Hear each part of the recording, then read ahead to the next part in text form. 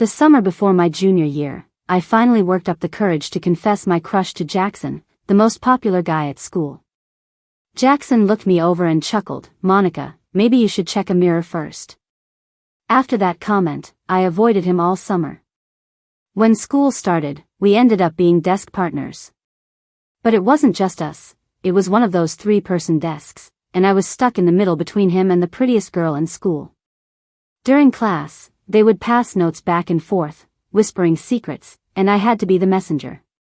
One time, Jackson passed a note to the school beauty that said, "I like you."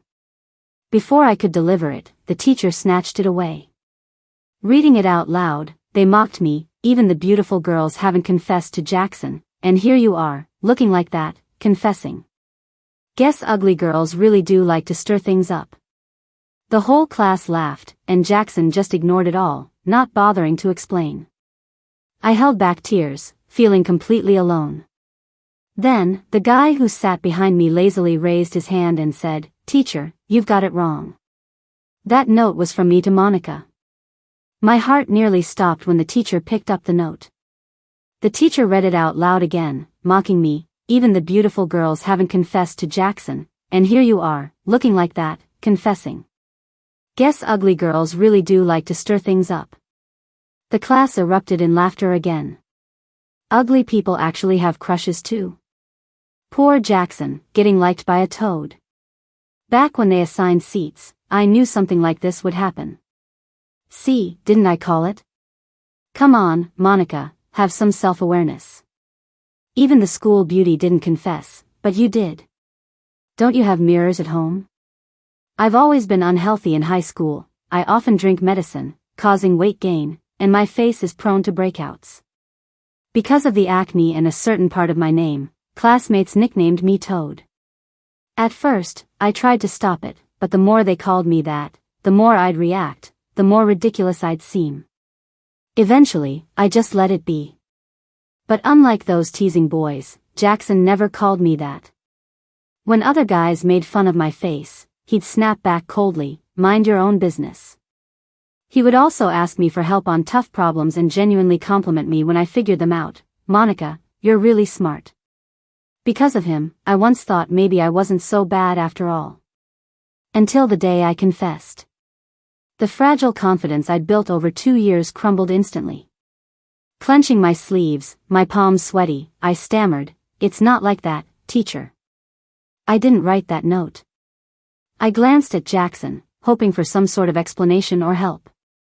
He ignored my predicament, twirling his pen and studying the test the teacher was discussing, never glancing at me, offering no defense. The once bright sun in my sky suddenly dimmed and faded. My face turned pale. Seeing this, the teacher looked down on me even more, saying, "What, are you suggesting Jackson wrote the note to you? Don't be so delusional.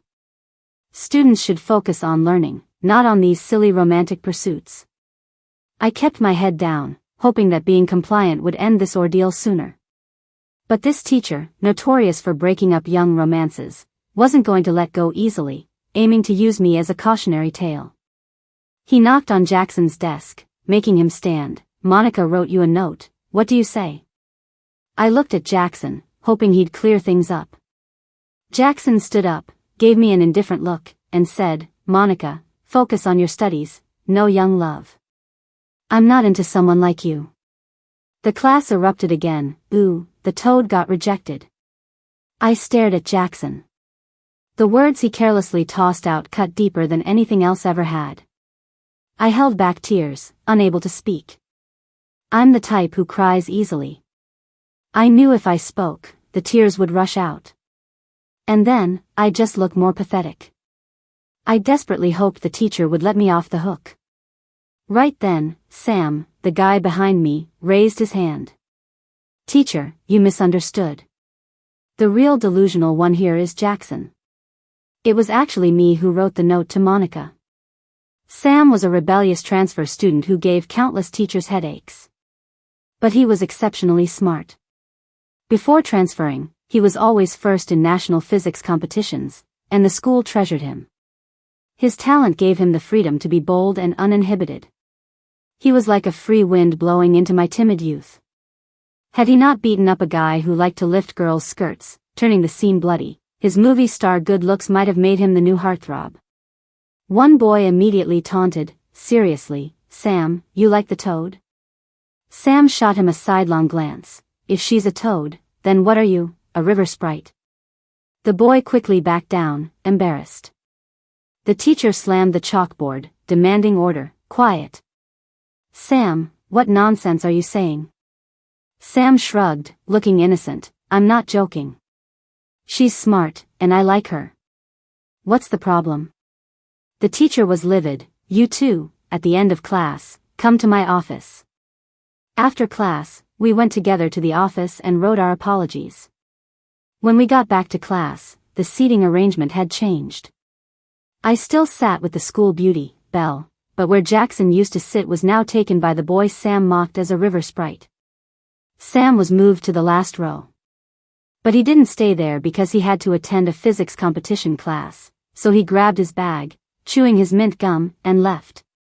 I never got the chance to thank him for standing up for me. Once the seats were rearranged, Belle buried her face in her arms, crying.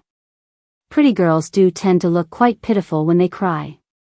Before long, a group of friends gathered around her. Must be nice, being able to cry without holding back and having people comfort you. I assumed Belle liked Jackson. After all, they were constantly passing notes. With her friends comforting her non-stop, I slowly pieced together why she was crying. She liked the new guy, Sam. Sam's from a well-off family in Shanghai and they used to go to the same middle school. But Sam had spoken up for me, lied, said that note was his. Now he's been moved to a spot far from her. Belle's friends gently comforted her, saying, "Don't worry, Belle, Sam definitely doesn't like Monica." "Yeah, he was just being nice, covering for Monica, don't take it to heart. You're so pretty, Sam has to like you more." Yet Belle just cried, "I know, but now he's sitting so far away. I'm really upset." Watching Belle surrounded by supportive friends, a pang of jealousy hit me. Some people have precious, charmed youth, others just have a mess. I felt guilty. If it wasn't for me, they wouldn't be sitting so far apart. Belle is so beautiful, Sam would surely like her too. But somewhere deep down, a tiny voice defended me. This isn't my fault. I shouldn't feel guilty for someone bailing me out.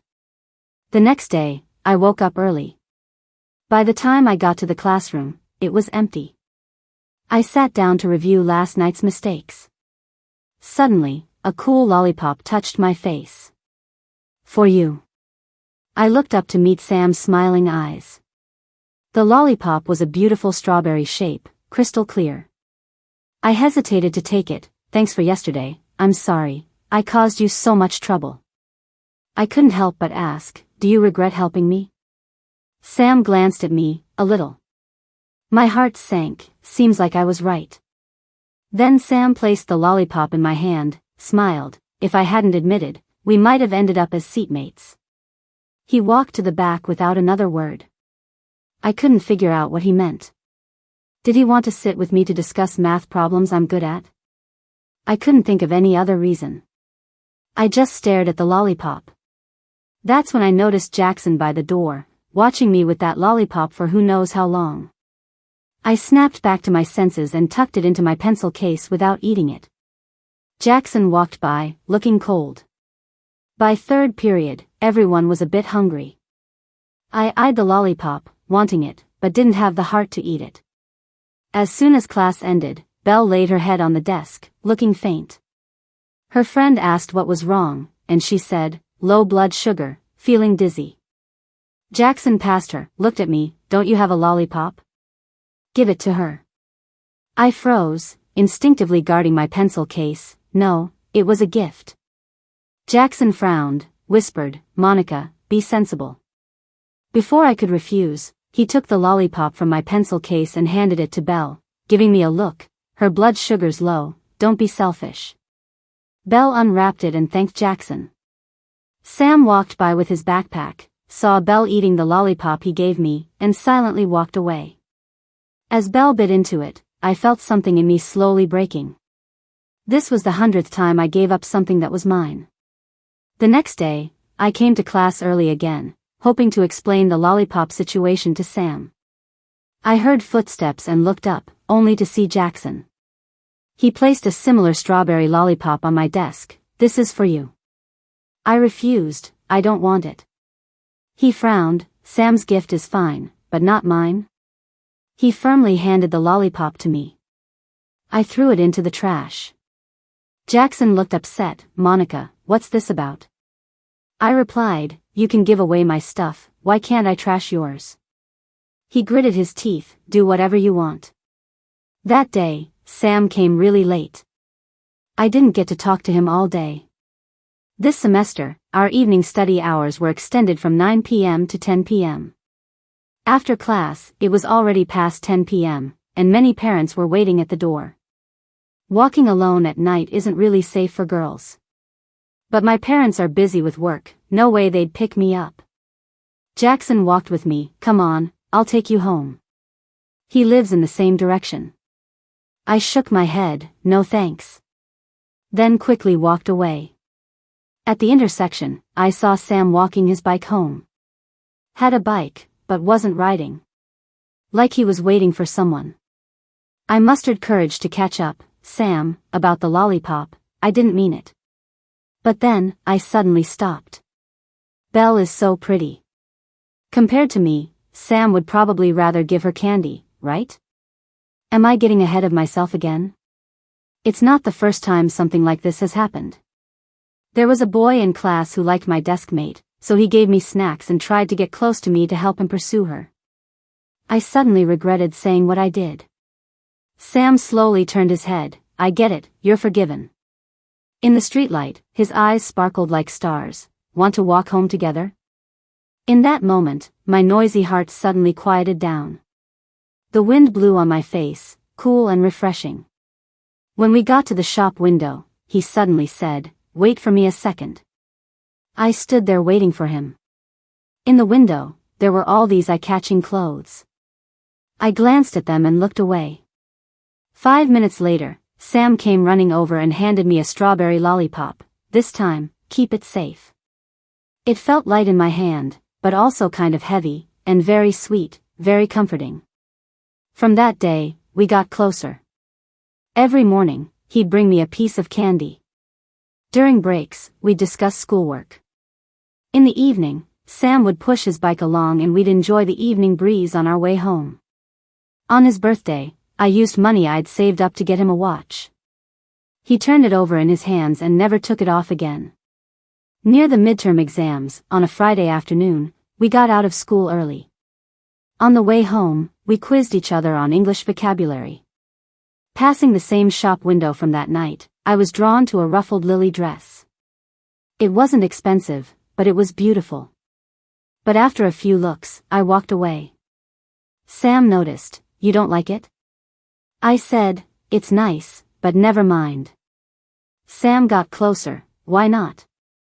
I was quiet for a moment. "I'm ugly." He stopped, bent down slightly, and brushed back my bangs. "Nonsense, you're really cute." Of course, I didn't take it seriously. Stop trying to comfort me. We parted ways at the intersection. Once home, I opened my textbooks to study. My phone buzzed with a message from Sam. "Come downstairs." I went down, and Sam handed me a bag. "A gift for you." Inside was the dress I had just been looking at. I asked, "Why?" He said, "Isn't it your birthday today?" I knew when Sam's birthday was. He was popular and his birthday date was mentioned by teachers, classmates, and even parents. But for someone like me, having 2 or 3 people remember felt precious. Sam smiled. "I saw your ID number when filling out a form and remembered your birthday. You'd look really nice in it." When he said that, my heart skipped a beat.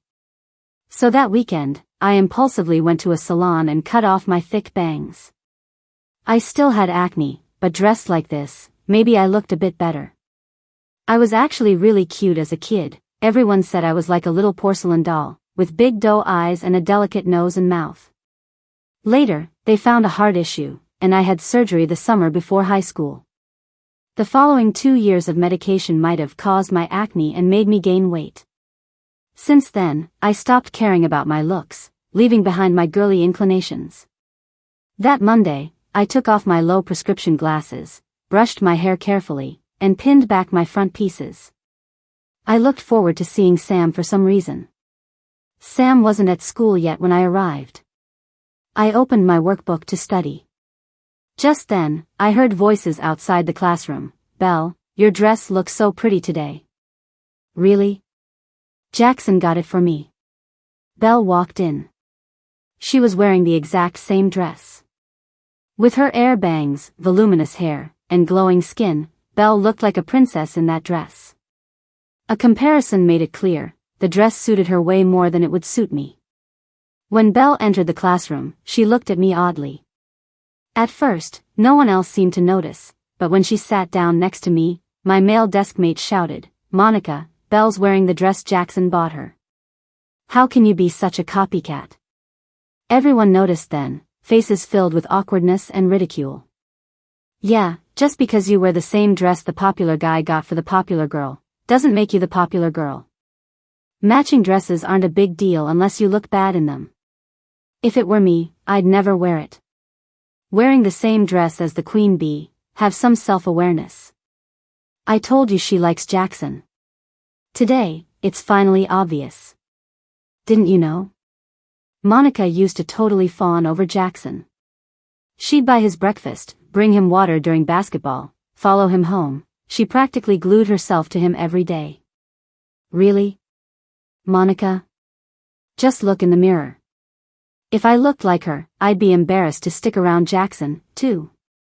Why is it that for someone unattractive like me to have a crush on a good-looking guy feels like such a crime? It invites so much malice. They don't even consider that I got here before Belle. I had no idea what she was wearing today. If I'd known, I definitely would have stayed away from it. Ugly people's dignity doesn't count as true dignity. It's just a joke to them. Fun to spice up life." Just as my face turned red and I was about to retort, Belle spoke up, "All right, stop it. Wearing the same clothes isn't that much of a big deal." She put on a generous face and said, "Monica, don't worry about it, I don't mind at all." After she said that, I was at a loss for words. I knew there was something odd about it, but I couldn't figure it out. All I knew was that the whole day, I felt uneasy. I felt eyes piercing into my back, like they were stripping me down. I even thought about making up an excuse to leave and change out of this outfit.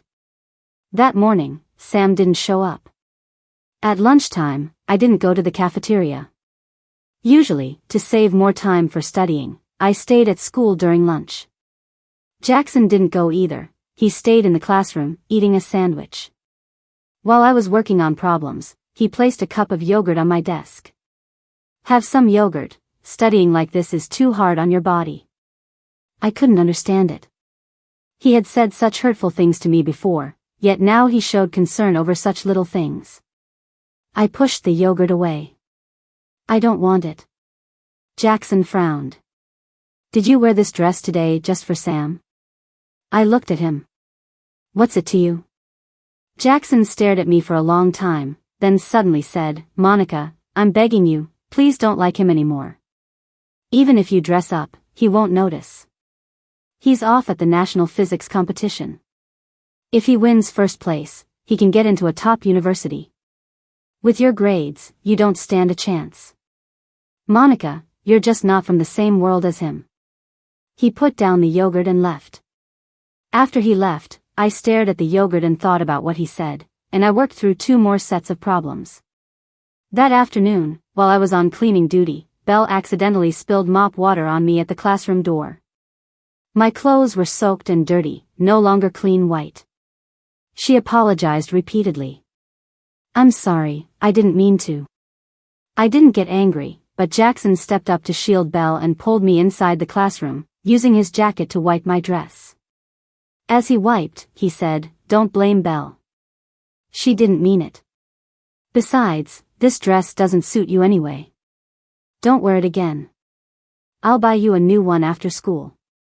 Just then, Sam kicked over the chair at the back of the classroom. Who says it doesn't suit her? Who are you looking down on? Belle stopped the furious Sam. Sam, don't get mad.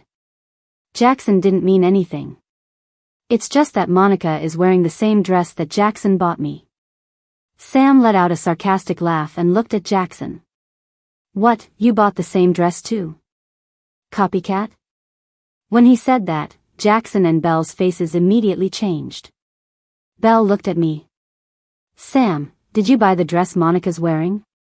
Sam ignored her, walked over, and grabbed my wrist. Come on, your clothes are soaked. Let's go home and change. That evening, it was the first time I sat on the back seat of his bike. The wind hit my face, and suddenly I couldn't stop the tears from flowing, sticking wet to my face, looking messy and pathetic. At that moment, I couldn't help but think, why is it that even when Belle cries, she looks prettier than everyone else? I felt so awful, I knew I felt awful. I bit my lip, not making a sound as I cried. I was just thankful that Sam didn't turn around, leaving me the last bit of my dignity. The bike was fast, and Sam said, hold on tight so you don't fall off. Summoning all my courage, I only dared to grip his jacket. When I got home, I changed out of that lily pleated dress and put on my usual plain outfit. Chunky black framed glasses, a boring dark jacket. Dull and gray, just the color of my 17. The night before New Year's, my mom invited Jackson and his mother over for hot pot. Jackson's family was similar to mine, with our dads often on business trips. Our moms bumped into each other often while shopping, and eventually, they became friends. Jackson handed me a fluffy white scarf as he came in. Gift. I didn't take it. My phone buzzed with a message. It was from Sam. Come visit me. I'm all alone and miserable here. After that day, Sam and I didn't talk much. I often used studying as an excuse not to speak to him. Jackson was right about one thing, we're not from the same world. Like a turtle hiding in its shell, I threw out a random excuse, I'm out of town, can't make it. His next message read, I have a fever. I was quiet for a bit, then grabbed a coat from the rack. My mom asked, where are you going at this hour? I put on my shoes at the door. Over to a friend's place. Jackson tried to stop me. You're going to see Sam, aren't you? I didn't deny it. He suddenly grabbed my hand, calling me out with a desperate plea, I'm begging you, don't go. I pushed his hand away. Sam lived in a riverside apartment. When the door opened, the inside was completely dark. He chuckled quietly. Weren't you supposed to be out of town? I'm sorry. Why are you avoiding me? I stayed silent. He turned on the lights. The ceiling lights came on one by one. I finally saw the movie star poster in his room and was a bit surprised. You like her too? Sam laughed. Well, it's more like. He looked at me, you like her? I nodded hard. Sam slowly moved closer. And if I could let you meet her, would you grant me a wish? Like I was under a spell, I said, sure. He was less than a step away, leaning down close, so close I could see every eyelash, almost touching my lips. He was so close I could hardly breathe. Frightened, I clutched my clothes, cornered against the table, unsure of what to do. His warm hand covered mine, and he smiled mischievously. If you're scared of me, why not run? Because you'd be unhappy if I did. Really? So you're afraid of me being unhappy? But what if I want to do something bad to you? You wouldn't. Maybe, huh? Monica, don't blindly trust me. I'm only a year older, a real adult, yet it's just you and me at home. Two lonely people in a room, I could do whatever, you really wouldn't object? I awkwardly curled my fingers, feeling lost, and asked, but I don't want you to hate me. Sam straightened up with gentle eyes. Monica, each one of us is an individual. We have our thoughts, so we must also have the courage to be disliked.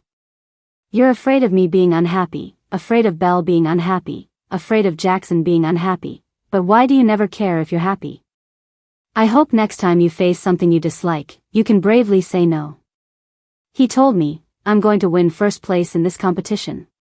Not showing off, I just mean, if I can succeed, so can you. You're nobody's sidekick or compliment, you're here to be yourself.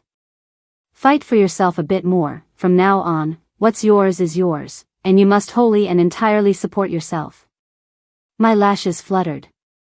No one had ever said anything like that to me. All my life, I had stepped aside. As a kid, in role plays, I always ended up with the least desired character, like Ma Sanyang. We weren't poor, but my brother's new shoes came first, while the hair clip I wanted kept getting postponed. A visiting neighbor's sister wanted my beloved doll, and my family taught me to give it up with tears in my eyes, and I later found it trashed outside. Fear of being disliked. So I kept wronging myself, handing over things that were once mine. So I kept wronging myself, cutting myself out of things that were in my interest. Sam's words deeply moved me. I softly said, all right. That day, I stayed until midnight. That night the riverside outside burst with big, splendid fireworks that exploded in colors, lighting up a dull, 17-year-old me. Sam whispered in my ear, Happy New Year, Monica. After New Year's Day, Sam's picture and name were put up on the school's honor board. At the morning assembly, the principal praised Sam publicly, talking about his direct admission with a first-place finish in a national physics competition. Applause thundered all over campus. I was more thrilled than anyone, clapping until my palms turned red. For the first time at 17, I had such a clear goal. I wanted it too. Not to follow Sam, but to hear applause as intense and belonging to me. I studied harder than before. After the winter break, I'd already been off my meds for a while. At the start of the semester, when the class rep collected our winter assignments, he looked at me, surprised. Monica, how did you get so beautiful over the break? I touched my face. Off meds, I wasn't gaining weight, I had slimmed down a lot. No more breakouts, my skin got a lot fairer. Walking down the street, I began to hear people calling me pretty a lot. Even the desk mates Sam once teased complimented me, Monica, you've really changed. Nobody called me Toad anymore. And people started confessing to me, even standing by the windows after school just to catch a glimpse. But I stopped caring about that.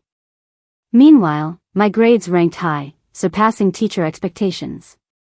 Teachers considered me a top pick for college admissions. Before the 100-day oath-taking ceremony, my language teacher chose me to give a speech.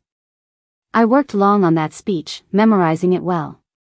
But when it mattered, the class advisor changed his mind. He said, Belle's image seems better, plus she has experience speaking, better expression, and tons of district officials will be there that day, let Belle speak. Monica, your script is good, hand it to Belle. Let her memorize it and you'll support her fully before the ceremony. Belle stood up, smiling brightly, Don't worry, teacher. I'll do it well. She held out her hand, Monica, give me the script. Her hand was in front of me, everyone's eyes were on me. For a split second, I almost gave in as always, handing over my diligently written speech to her. But in that moment, I saw the image of me staying up late, typing that speech word by word on my computer. I saw myself squeezing into the teacher's office, discussing details during breaks. I saw myself fluently delivering a speech, knowing each word of the script by heart. These images, they enlarged frame by frame in my mind. I couldn't let myself down. Just as the script was being pulled away, I shoved it back, standing up, Teacher, I've memorized this speech. No one knows it better than I do, I've got plenty of speaking experience from before high school, I'm as good as Belle, and I'm certain I can deliver this speech. The class advisor was stunned. A few seconds later, applause came from the back row. Sam sat back there, clapping and looking at me proudly. Then applause spread, filling the room. At that moment, I felt my hands and feet trembling. Not from fear, but excitement. Like a caged bird breaking free. The class advisor sighed, All right, you give it a try. Ignoring Belle's ugly expression, I sat down. Each of us is an individual. We must have the courage to be disliked. On the day of the 100-day oath-taking ceremony, I stood on the auditorium stage in a tidy white dress, raising my right hand. We are born mountains, not streams. I aspire to overlook mundane valleys from the peaks above. We are born excellent, not mediocre. The school roared with applause, the students' oaths echoed like thunder. Victory in the college entrance exam. Ace the college entrance exam. After the 100-day vow ceremony, my grades kept climbing steadily. But Belle's scores started slipping. The night study session, 30 days before the exam, she cried on her desk after tearing up her quiz for getting too many mistakes. It was crunch time for everyone, so no one stopped to comfort her. When conflicts of interest arise, most people choose to protect their own. On the day of the exam, Sam, who was already accepted into college, came to the test center to see me off. As I went in, he looked like a father seeing his daughter off. "You've worked hard. Leave the rest to fate." My heart was racing as I sat in the exam room. But when I saw the first question, I calmed down. My thoughts became clearer. It was super hot during the exam days, but Sam stayed outside waiting for me. When I finished, he waved at me, acting all cool. After the exams, I exhaled a long breath of relief. Results came out and I felt calm. I logged in and entered my info. I scored 710. First person I thought of was Sam. I practically sprinted to his house. "Sam, I did it. I got in. I scored 710. Sam froze for a second, then hugged me like he woke up from a dream. "Monica, you did it." In our joy, I suddenly noticed a familiar face. Wait, isn't that the famous actress, Candy? What's she doing out of a poster? Sam coughed lightly. "Let me introduce you, this is my mom." I stammered, pulling out my notebook. "Can I get your autograph?" Candy pinched my cheek, such a cute girl. That day, Aunt Candy took me to a room and gave me a makeover. When I faced the mirror, I could hardly believe it was me. When I came out, Sam's ears turned red. That night, he walked me home. "You once said if I could introduce you to your idol, you'd grant me a wish. Just know, you can say no, no pressure." He suddenly held my hand, nervously. "Would you be my girlfriend?" I didn't answer. Sam's heart sank bit by bit. Then, I stood on my toes and gave him a quick kiss. I let go of his hand, blushing fiercely, and ran home. He was left standing there, desperate and restless. That summer, the principal fired off fireworks to celebrate our school's success. Sam's name and mine sat side by side on the honor roll, almost joke-like next to a wedding photo. Belle didn't do well on the exam, so she decided to retake it. Jackson did okay, swapped 985 for 211. And me? I handed in a satisfactory answer sheet for my youth. Epilogue. Sam met Monica back in elementary school. He was born with a deformity. He had 3 arms. The extra arm was useless and connected to fragile internal organs. Surgery was tough. Since he was premature and frail, surgery had to wait. The 3rd arm stayed until he was 9. Every time he was hospitalized, kids cried at the sight of him, calling him ugly. His nickname was Freak. Before 9, Sam wasn't cool, just shy, sensitive, and fragile. He resisted the outside world, avoided people. Until 8, when Monica showed up in the hospital ward. Monica was beautiful, with radiant fair skin, doe-like eyes. Clear, pure. You could see right through them. She wore a white dress. With soft hair cascading down. Like an angel. Back then, who could imagine? In high school, folks called such a Monica a toad. In endless malice, she hid her love for looking nice. In the ward, Monica was the only one willing to play with him. Sam didn't get it. "Aren't you scared of me?" Monica blinked. "Why?" "I'm kinda jealous. You have an extra hand. Can finish homework faster." Aside from playing with him, Monica played with other kids too. She smiled at everyone with that angelic grin. Sam didn't want her playing with others. He envied every boy who could run with her. Driven mad with jealousy. To stay by Monica in his best form, he spent 9 years. Endured surgery, recovery, harsh medicine. Pushed through pain to exercise, became top in school. His hard work led him to finally feel worthy of standing by her. Then, he sat behind her in class, decisively raised his hand. Acknowledged his 10-year-long crush. Monica was eyeing a lily-pleated dress in a store window. Jackson noticed. She didn't go inside but left with Sam after a glance. Jackson went in, bought the dress. That day, he stood outside Monica's building, wondering how to give his gift. Just then, Sam arrived.